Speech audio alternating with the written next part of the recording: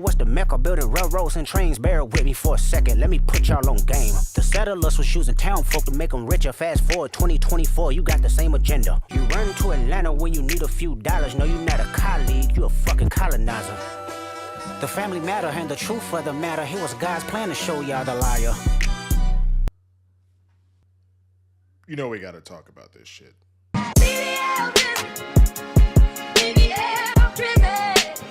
What's going on, everybody? I am Winston Marshall, aka the Swaggy Blurred, and I don't have a name for this segment quite yet, but it essentially is just going to be me talking to you about some shit. Talking about life, philosophy, culture, all that good shit. You normally see me do reviews, you see me do comedy stuff, but a lot of you have seen me on Blurds, you've seen me on The Big Thing, you've seen me on Revolt, all over the place. Collider. I am not one to shy away from giving my 2 cents on things. And today I want to talk about the Drake-Kendrick beef, the biggest thing that has been in the news this past weekend. It has been the focus of so much. And I'm not even going to sit here and break things down as far as the actual raps, because there are people that are far better than me as far as hip-hop goes that could do that. What I want to talk about, to be honest with you, is 2 particular things that I think came out of this that I think really need to be addressed. The first of which I would like to address non-black hip-hop loving folks.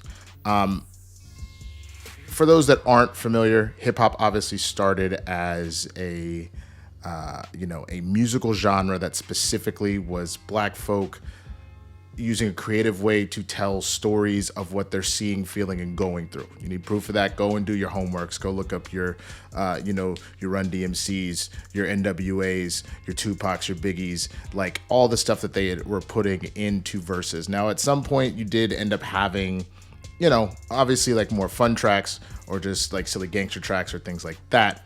But at its core, hip hop has always been about black people describing what they're going through, what their aspirations and dreams are, what the nightmares that they're living and going through, and using it as a means and a beautiful tapestry in order for us to be able to connect in that way. And as hip hop grew, as we just celebrated, I believe it was either 50 or 75 year. I think it was the 50-year anniversary, like last year, something like that, of how much hip hop has affected the world.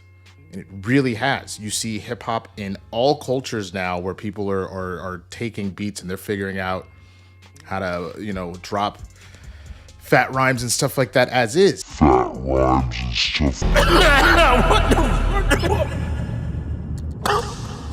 For those that aren't familiar, one of the things that black people, especially black Americans, have been dealing with for a long time is we come up with something super cool. It gets commodified and then taken away from us in a way that we are constantly not acknowledged for what we have done for a particular thing. You need proof of stuff like that happening. How about, you have the idea of like cornrows and stuff like that, and then all of a sudden the Kardashians want to be like, I discovered box braids.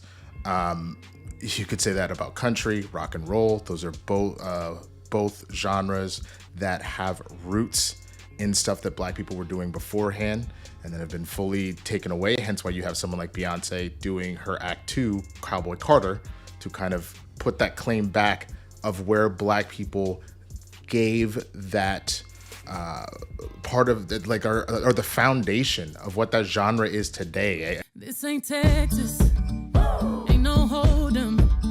Again, a global genre that has, done incredible, crazy things.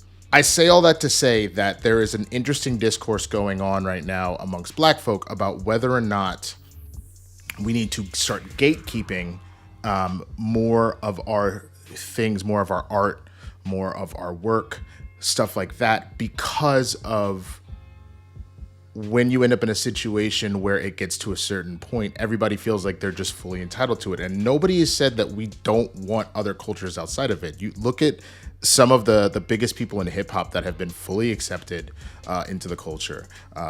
Rick Rubin, Eminem, the Beastie Boys, even will allow the Iggy's and the Macklemores and stuff like that in. It's just that if they misstep, if they do something corny, if they do something where they don't know what they're talking about, then you got to go. I say all that to say because this weekend you had a situation where DJ Vlad, who was formerly a beatmaker and a DJ and has become a 5 million subscriber YouTuber, does very big interviews with people in the black culture. Hip-hop songs were not going to #1 at all in the 90s. Ever. In the 90s and 2000, there were no #1 hip-hop songs? Very few. Hip-hop was not dominating, was not pop music. It was the #1 form of music. Not in the 90s, it wasn't. Absolutely not. You might be right. Apologize to me, nigga. I apologize. Hip-hop became... Stop thinking you know more shit hip-hop about became... black culture than fucking black people. But he thought that it would then be okay to turn around, and when we got to this particular set of lines about Drake being potentially a colonizer. You run to Atlanta when you need a few dollars. No, you're not a colleague, you a fucking colonizer. That he is cosplaying his blackness, and that he has done that from a multitude of different black cultures: Jamaican, London, British blacks, Atlanta, the West Coast. Like, he's done hyphy movement stuff, he's done whatever, and he seems to always be like a visitor, kind of take something and to be out onto his next thing to continue his relevance. As that is what was kind of getting talked about in these last few tracks with Drake, are one of the main topics. DJ Vlad decided to post this about like, well, the mix was trash, which clearly nobody else agrees with, because that is a take that I have only heard from him. I'm sure there's a few fringe people that feel that way, but that is not the mainstream consensus. And so you had a woman who actually is the niece of Darkchild, which makes this even funnier, be like, yo, you're white, black folk are talking. Now, that's not a situation at which we're saying that like white people can't have an opinion on hip hop or anything like that, but clearly what was being discussed at the time was about the idea of culture vultures, people that come in and take our culture for their own to do with as they please. Man, I'm popping all these checks, got the brand new Rolex, and then met the Lambo too, and they're coming with the crew. It's every day, bro. It's every day, bro. It's every day, bro. I said it's every day, bro. And Vlad went full Karen, and that he decided it was okay to then continuously tag Princeton, where this young lady was a professor, but and try and get her fired from her job. And that's part of what we mean about the kind of gatekeeping, the culture vultures, the people that don't actually love and respect us. They just are quick to get another buck off us. As Kendrick said, once upon a time, all of us was in chains. Homie still double down, calling us some slaves. Atlanta was the mecca, building railroads and trains. Bear with me for a second, let me put y'all on game. The settlers was using town folk to make them richer. Fast forward 2024, you got the same agenda. You are not a colleague, you're a fucking colonizer. And I think that that is something that has to continue to be acknowledged and looked at, because people ask why so often black folk can be so hostile and why we can be so guarded of the things that we produce and come out with, because you make a viral TikTok dance, but Charli D'Amelio gets the credit and gets to go on national TV instead of the kids that made it up. Is the fact that Vlad ended up being a place that was a place to go and see interviews is kind of ridiculous. Stop thinking you know more shit about black culture than fucking black people. But it is what it is. So I just say all this to say on this particular topic, nobody is saying that white people can't enjoy and love hip hop. Nobody's saying that you can't even be in the discourse of musicality and things like that. But it's also about reading the room. And if you read the room as to what was being discussed at the time of all this going out, it's not what we were talking about. On top of the fact that then you decided that you thought you would wield your power to hurt a black woman instantly. You instantly went for her job. This didn't become a discourse where you kind of had some back and forth with it. You instantly started tagging her job, and then you gave this half-assed apology. But again, you didn't tag Princeton to say that you were sorry. You just kind of said it flippantly. So that's the first thing that's come out of this beef that I think has been great to see that discourse happen. The second thing, though, and then this is about Drake and Kendrick, and I'll be honest, it kind of pisses me off a little bit. As much as I have loved this rap beef, hip hop needs it. It's one of the things that is a lifeblood for hip hop, is the idea of battle rapping, about calling out your opponent. Like a sport, it is something where you see that back and forth. What's been bothering me is the fact that, let's say for 2 seconds, that everything that Drake and Kendrick have put forth is true. Say, Drake, I hear you like I'm young. You better not ever go to cell block 1. Certified lover boy, certified. When you put your hands on your girl, is it self-defense cause she bigger than you? They hired a crisis management team to clean up the fact that you beat on your queen. The picture you painted ain't what it seems. And again, wiser people than me have already started to talk on this subject. But let's say that Drake really is I'm not going to say it because I don't want to get this, shut down and tanked. But let's just say that he speaks to younger ladies that may or may not be legal, or talking to them before they're legal to, get them when they're 18 and stuff like that. Let's say he does that. Let's say that Kendrick Lamar actually is beating his wife, that he does that on the regular and things like that.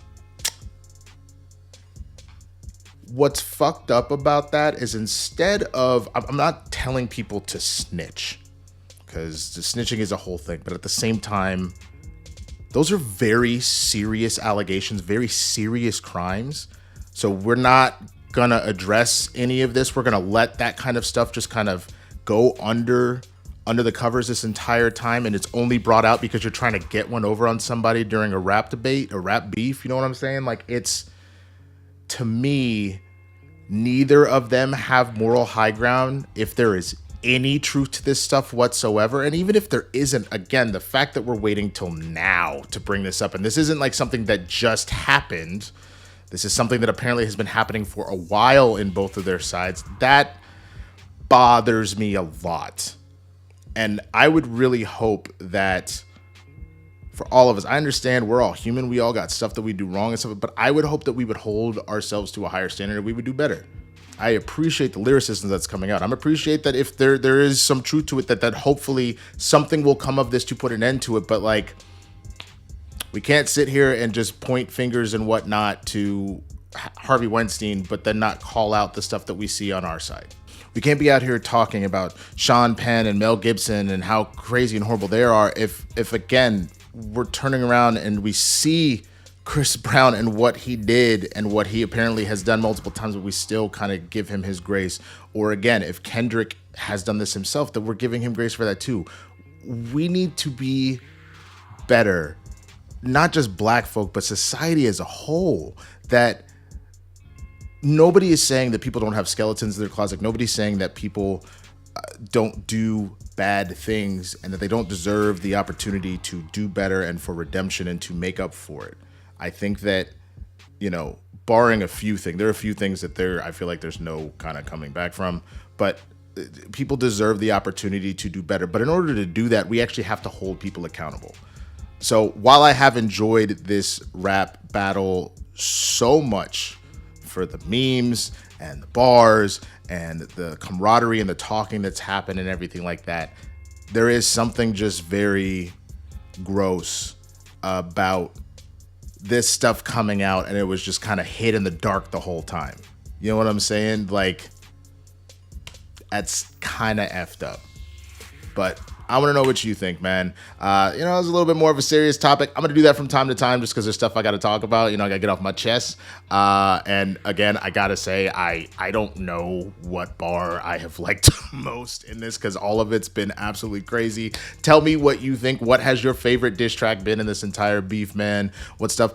But again, what do you think about it? What do you think about the idea of gatekeeping culture? What do you think about culture vultures and appropriation? What do you think about the fact that, now that Drake and Kendrick are pulling out these heavy allegations, do you think that that's fine for them to do that now? Or do you agree with me that maybe this is something that should have been addressed beforehand? I really want to know what you think, man. If you haven't already, be sure to hit that subscribe button, man, so you can come back and check out the various content. I don't always do just as serious stuff. I've been doing a full breakdown of X-Men 97. I've been doing trailer reactions and whatnot. I've been putting up comedy sketches and things like that. So definitely come check all that out. But like I've said, this channel is about me being able to talk about, express, and get at the heart at a number of different things, that are like going through my brain and through my mind. So with that, I'm going to get out of here. I will see y'all on the next one, and be a colleague, not a colonizer.